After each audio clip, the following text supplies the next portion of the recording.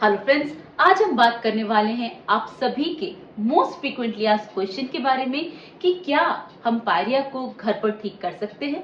तो फ्रेंड्स, आज का वीडियो बहुत इंपॉर्टेंट होने वाला है क्योंकि मैं आपको बताने वाली हूँ कि क्या हम पायरिया को घर पर ठीक कर सकते हैं और अगर कर सकते हैं तो उसका सही तरीका क्या होगा। तो फ्रेंड्स, आज इस वीडियो में आप जानने वाले हैं पायरिया को घर पर ठीक करने का सही तरीका और क्या हम सही में पायरिया को ठीक कर सकते हैं। फ्रेंड्स, आज का वीडियो उन सभी लोगों के लिए बहुत इंपॉर्टेंट है जो ये नहीं चाहते कि उनके मुंह में कभी भी कोई भी ओरल डिजीज हो, बैड ब्रेथ हो, गम डिजीज हो। तो फ्रेंड्स, वीडियो में लास्ट तक बने रहिएगा। चैनल को सब्सक्राइब नहीं किया है तो प्लीज कर लीजिएगा। Here we go.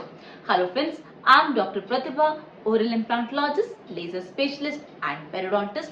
फ्रेंड्स, मैं इंपीरियल डेंटल गुरुग्राम इंडिया की फाउंडर और हेड सर्जन हूँ और आज मैं आपको बताने वाली हूँ कि क्या हम पायरिया को घर पर ठीक कर सकते हैं। तो फ्रेंड्स, सबसे पहले इसका जो आंसर है वो बिल्कुल स्ट्रेट फॉरवर्ड है, नहीं। हम पायरिया का इलाज घर पर नहीं कर सकते।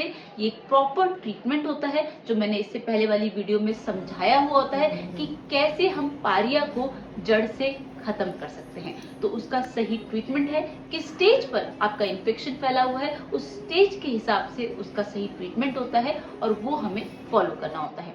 लेकिन क्या हम पायरिया की वजह से जो हमें सिम्टम्स आ रहे हैं हम उसे रोक सकते हैं? Yes, that is true.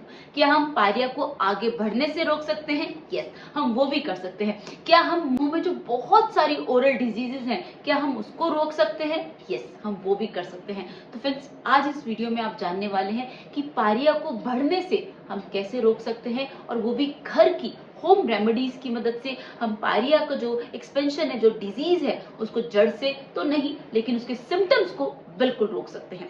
Alright, और उसके साथ साथ कैसे हम ये बेसिक प्रिंसिपल्स फॉलो करके अपने मुंह में होने वाली जितनी भी ओरल डिजीज हैं उनको हमेशा के लिए रोक सकते हैं। फ्रेंड्स, आज अगर आप इस वीडियो को समझ लेते हैं तो आप बहुत सारी ओरल डिजीजेस को कंट्रोल कर सकते हैं, बहुत ज्यादा जो सिम्टम्स हैं, जो इन्फेक्शंस हैं उनको कंट्रोल कर सकते हैं और इमरजेंसी अपने आप को ट्रीटमेंट प्रोवाइड कर सकते हैं जब सीवियर माउथ पेन हो रहा हो, इन्फेक्शन हो, बहुत पेन हो और आपके पास डॉक्टर के पास पहुंचने के लिए टाइम ना हो, मिडनाइट हो, इमरजेंसी सिचुएशन हो। तो फ्रेंड्स, उन सिचुएशन में ये जो मैं आपको ट्रीटमेंट स्टेप बता रही हूँ ये बहुत बहुत हेल्पफुल होते हैं। तो फ्रेंड्स, लेट्स स्टार्ट कि हम पायरिया को घर पर तो बिल्कुल ठीक नहीं कर सकते लेकिन उसके साइन एंड सिम्टम्स को डेफिनेटली कंट्रोल कर सकते हैं इन होम रेमेडीज की मदद से।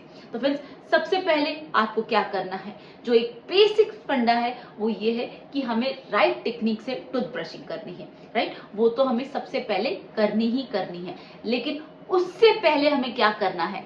फ्रेंड्स, ये स्टेप कोई भी फॉलो नहीं कर रहा, कितना ही एजुकेटेड क्यों ना हो और कितना ही वेल अवेयर क्यों ना हो। तो फ्रेंड्स, मैं आप सबसे रिक्वेस्ट करने वाली हूँ कि अपने ओरल हाइजीन रूटीन में इस स्टेप को सबसे पहले लेकर आइए। वो क्या है? इंट्रा ओरल क्लीनिंग और ब्रशिंग। ये एक न्यू वर्ड लग रहा है आपको? नहीं, ये बिल्कुल भी न्यू वर्ड नहीं है, ये बहुत ज्यादा कॉमन है। वेस्टर्न वर्ल्ड में सभी लोग फॉलो करते हैं। आई विश एंड रिक्वेस्ट कि हमारे इंडिया में भी सभी इस चीज को फॉलो करें। तो फ्रेंड्स, क्या होता है, खाना हमेशा दांतों के बीच में फंसता है, कभी भी वो दांतों के आउटर सरफेस पे नहीं फंसता जो बहुत सारे लोग अपने दांतों को घिसने पे लगे रहते हैं। नो, हमेशा जो मेन सरफेस है दांतों में जो खाना फंसने का वो होता है दो दांतों के बीच का स्पेस। राइट, और अगर वहां पर खाना फंसा रह गया और वो रिमूव नहीं हुआ तो फ्रेंड्स वहीं से दो दांतों के बीच में जो खाना फंसा रह जाता है वो 12 घंटे के बाद हाईली इन्फेक्शियस हो जाता है। आपने देखा होगा कि जब भी हम खाना बनाते हैं अगर वो 24 आवर्स से ज्यादा, 12 घंटे से ज्यादा बाहर रह जाता है तो इन्फेक्शियस हो जाता है, पॉइजनस हो जाता है। उसी तरीके से अगर दांतों के बीच में खाना फंसा रह जाता है तो उससे ज्यादा पॉइजनस हो जाता है।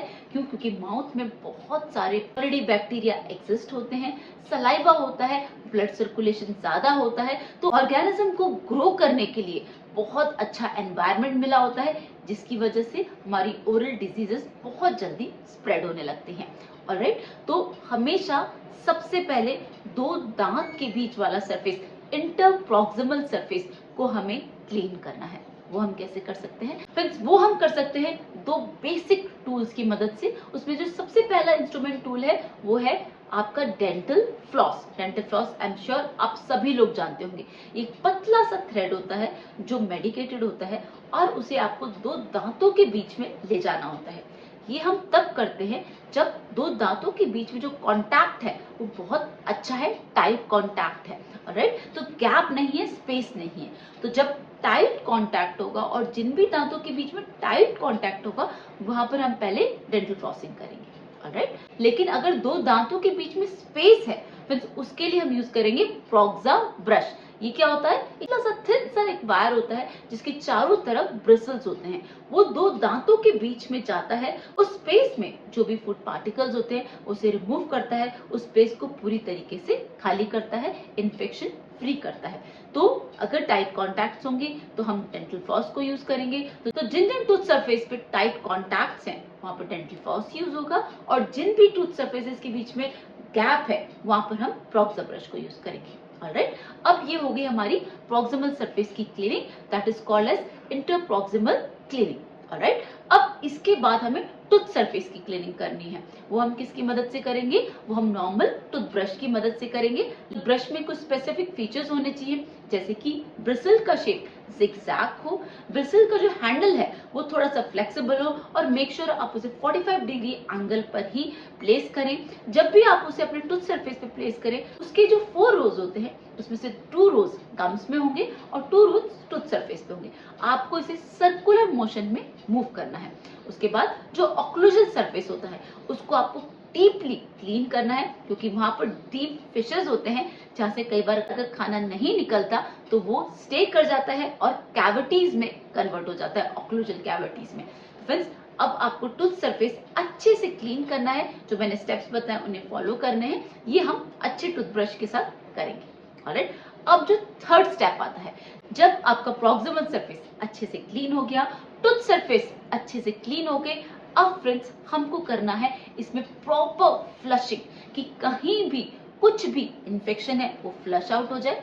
उसके अलावा जो भी इन्फेक्शन गम्स और बोन के अंदर है फ्रेंड्स वो भी हील हो जाए, वहां पर भी इन्फेक्शन रिमूव हो जाए और हमारी जो हीलिंग है वो काफी फास्ट हो जाए। उसके लिए हमें क्या करना होगा फ्रेंड्स? उसके लिए हमें करना होगा वार्म सलाइन रिंसेस। यस, गुनगुने पानी में, ल्यूकवार्म वाटर में अगर आप पिंच ऑफ सॉल्ट डालते हैं और उसे प्रॉपरली मुंह में स्क्विश करते हैं तो फ्रेंड्स जो सरफेसेस हैं वो तो क्लीन होंगे ही होंगे। उसके साथ साथ जब वो क्लीन सरफेस से गम्स और बोन के अंदर जाएगा तो गम्स और बोन भी हील होंगे। तो फ्रेंड्स आप देखेंगे कि जो आपके गम्स हैं वो दोबारा से हेल्दी होना चालू हो जाएंगे, जो उनकी रेडनेस है वो कम हो जाएगी, वहां से जो ब्लीडिंग है वो कम हो जाएगी और जो उसमें स्वेलिंग आ गई है फ्रेंड्स वो कम हो जाएगी। जो हड्डी आपकी सूज रही है, गल रही है, वो कम हो जाएगा, पेन कम हो जाएगा और आपकी स्वेलिंग भी काफी हद तक कम हो जाएगी, ऑलराइट? तो सबसे पहले हम प्रॉक्सिमल सरफेस को क्लीन करेंगे, उसके बाद हम अपने टूथ सरफेस को क्लीन करेंगे, फिर हम सारे सरफेसेस को क्लीन करेंगे और हील करेंगे किसकी मदद से?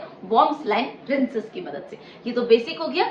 इसके बाद जब हमारी हीलिंग हो गई अब हम रीजनरेशन करेंगे। वो हम किससे करेंगे फ्रेंड्स? उसके लिए मैं आपको एक जेल बता रही हूँ जो एक नेचुरल इंग्रेडिएंट है जिसे कहा जाता है क्योर नेक्स्ट। क्योर नेक्स्ट बना होता है कर्कुरम से, हल्दी के पेड़ से और इसकी जो एक्सट्रैक्ट है अब उसको जेल फॉर्म में अवेलेबल है, क्योर नेक्स्ट जेल के फॉर्म में।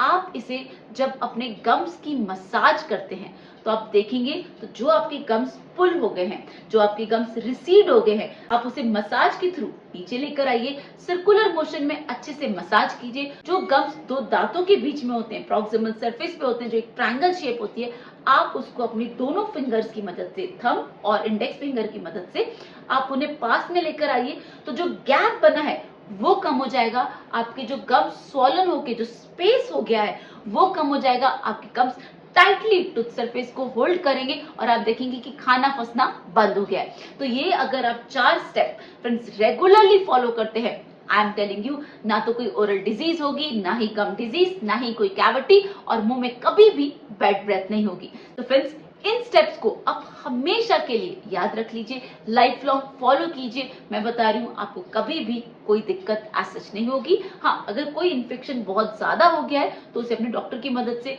ट्रीट करवाइए, जड़ से खत्म करवाइए और इन स्टेप्स को रेगुलरली फॉलो कीजिए। Friends, I am telling you, आप मैक्सिमम ओरल डिजीज को खुद से ही घर पर ही कंट्रोल कर लेंगे। आपको कभी भी कोई प्रॉब्लम नहीं आएगी। बस इन बेसिक प्रिंसिपल्स को फॉलो कीजिए, अपनी ओरल हाइजीन और ओरल हेल्थ दोनों को मेंटेन कीजिए। And friends, if you follow this, I am telling you, not only your oral health will be fine, आपकी बॉडी भी बहुत अच्छी हो जाएगी, आपकी ओवरऑल हेल्थ इंप्रूव हो जाएगी और आपको ऐसा लगेगा कि आपको एक नई लाइफ मिल गई है। तो फ्रेंड्स, आज का वीडियो बहुत इंपॉर्टेंट था। इस सभी स्टेप्स को हमेशा रेगुलरली फॉलो कीजिए, जिसको जरूरत है उससे शेयर कीजिए, और अगर वीडियो में कोई भी डाउट लगता है तो आप मुझसे कमेंट सेक्शन में पूछ सकते हैं। फ्रेंड्स, आज के लिए बस इतना ही। वीडियो में कोई भी डाउट लगता है तो आप मुझसे कमेंट सेक्शन में पूछ सकते हैं। चैनल को सब्सक्राइब नहीं किया तो प्लीज कर लीजिएगा। See you in the next video. Thank you so much. Don't forget to flaunt your beautiful smile, and that makes you so beautiful.